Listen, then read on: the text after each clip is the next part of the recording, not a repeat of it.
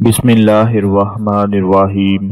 अस्सलामुअलैकुम वरहमतुल्लाहि वबरकातुह। सबसे पहले तो मैं अपने तमाम देखने और सुनने वाले भाइयों और बहनों को ईद उल अज़हा की बहुत बहुत मुबारक पेश करता हूँ और मैं अल्लाह पाक से दुआ करता हूँ कि अल्लाह पाक ईद उल अज़हा की बरकत से, इसकी अजमत से और इस खास दिन के करम से अल्लाह पाक सब की मुश्किलों को आसान फरमाए, सब की परेशानियों को दूर फरमाए और जो लोग इस ईद को कुर्बानी कर रहे हैं अल्लाह पाक उनकी कुर्बानी को कबूल फरमाए। और मेरे जितने भी भाई मेरी बहनें इस ईद के मौके पर भी परेशानी में मुब्तला हैं अल्लाह पाक उनकी परेशानी को दूर फरमा दे।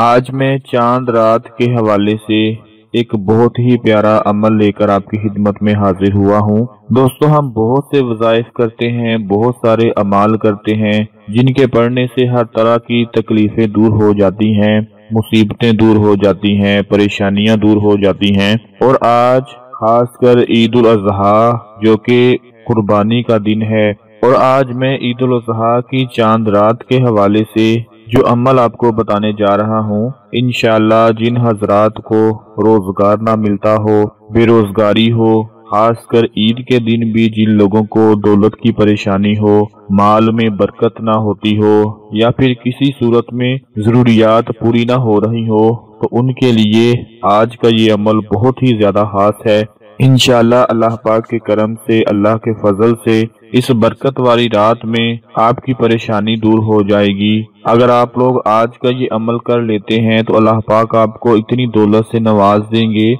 कि ईद वाले दिन भी बैठकर आप लोग दौलत ही गिनते रहोगे। यानी हर तरह की रिस्क, दौलत की, बेरोजगारी की परेशानी खत्म हो जाएगी। जिस अमल के बारे में मैं आप लोगों को बताने जा रहा हूँ वो अमल इस तरह से है कि आप लोगों ने आज चांद रात को किसी भी वक्त रात को आप लोग सिर्फ एक तस्बीह पढ़कर सो जाएं और उस तस्बीह को पढ़ने के बाद अल्लाह से दुआ जरूर मांगे, क्योंकि आज मैं आपको एक लफ्ज बताने जा रहा हूँ और वो लफ्ज क्या है कि जिसकी बरकत से अल्लाह पाक हर दुआ को कबूल फरमा लेगा और आपकी हर परेशानी को दूर फरमा देगा। मेरे प्यारे दोस्तों, वो लफ्ज है अल्लाहु समद। अल्लाहु समद इस वक्त आप लोग स्क्रीन पर देख रहे हैं। ये एक ऐसा ताकतवर और ऐसा बरकत वाला, ऐसा पावर वाला लफ्ज है कि जिसको पढ़ने से आपकी हर तरह की परेशानियां दूर हो जाएंगी। अल्लाहु समद यानी अल्लाह ताला वो जात है जो हर एतबार से बेनियाज है।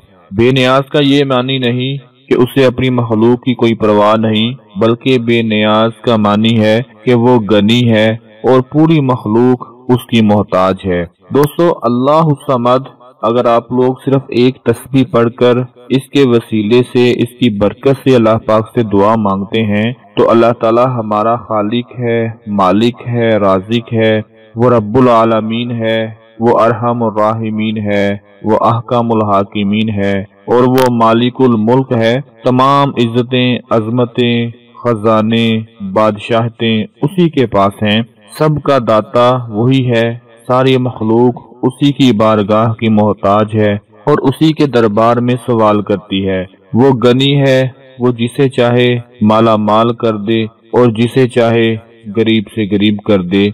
अल्लाहु समद एक ऐसा ताकत वाला लफ्ज है, एक ऐसी चाबी है कि जिसके वसीले से अगर दुआ मांगी जाए तो अल्लाह पाक कबूल फरमाकर हर तरह की परेशानी को दूर फरमा देते हैं। चाहे वो दौलत की परेशानी हो, बीमारी की परेशानी हो, बेरोजगारी की परेशानी हो, किसी भी तरह की परेशानी हो, अल्लाह पाक उसको दूर फरमा देते हैं। तो आप लोगों ने सिर्फ एक तस्बीह चांद रात को पढ़कर अल्लाह पाक से दुआ मांगनी है और इस अमल को जल्दी पढ़ लें ताकि ये खास बरकतों वाली रात, खास बरकतों वाला वक्त जाया ना हो जाए।